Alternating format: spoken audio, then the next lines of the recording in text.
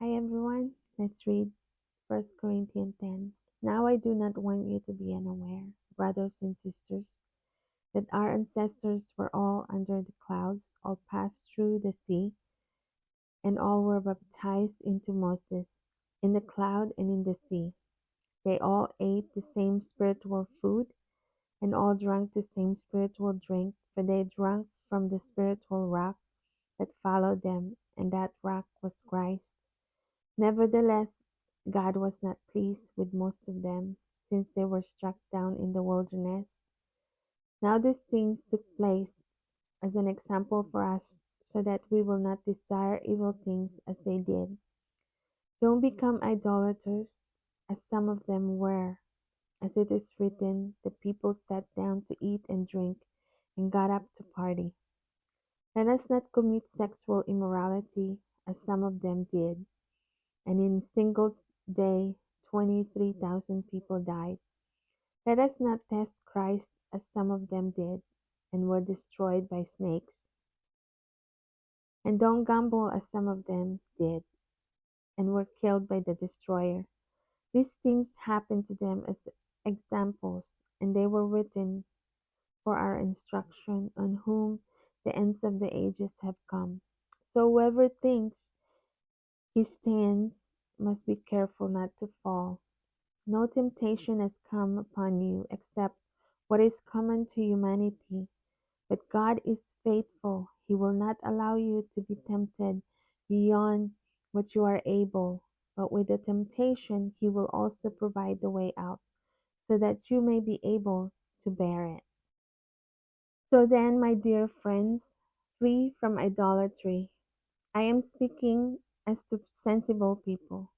Judge for yourself what I am saying. The cup of blessing that we bless, is it not a sharing in the blood of Christ? The bread that we break, is it not a sharing in the body of Christ? Because there is one bread, we who are many are one body, since all of us shared the one bread. Consider the people of Israel. Do not those who eat the sacrifices participate in the altar? What I am saying then, that food sanctified to idols is anything, or that an idol is anything. No, but I do say that what they sacrifice to demons and not to God. I do not want you to be participant with demons. You cannot drink the cup of the Lord and the cup of demons. In the Lord's you cannot share in the Lord's table and the table of demons. Or we Or are we provoking the Lord to jealousy? Are we stronger than He?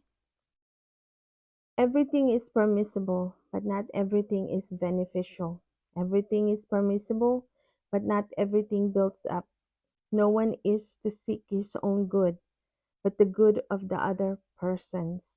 Eat everything that is sold in the meat market without raising question for the sake of conscience, since the earth is the Lord's and all that is in it. If any of the unbelievers invite you over and you want to go, eat everything that is set before you, without raising question for the sake of conscience. But if someone says to you, "This is food from a sacrifice," do not eat it, out of consideration for the one who told you and for the sake of conscience. I do not mean your own conscience, but the other person's. For why is my freedom judged by another person's conscience? If I partake with thanksgiving, why am I criticized because of something for which I give thanks? So whether you eat or drink, or whatever you do, do everything for the glory of God.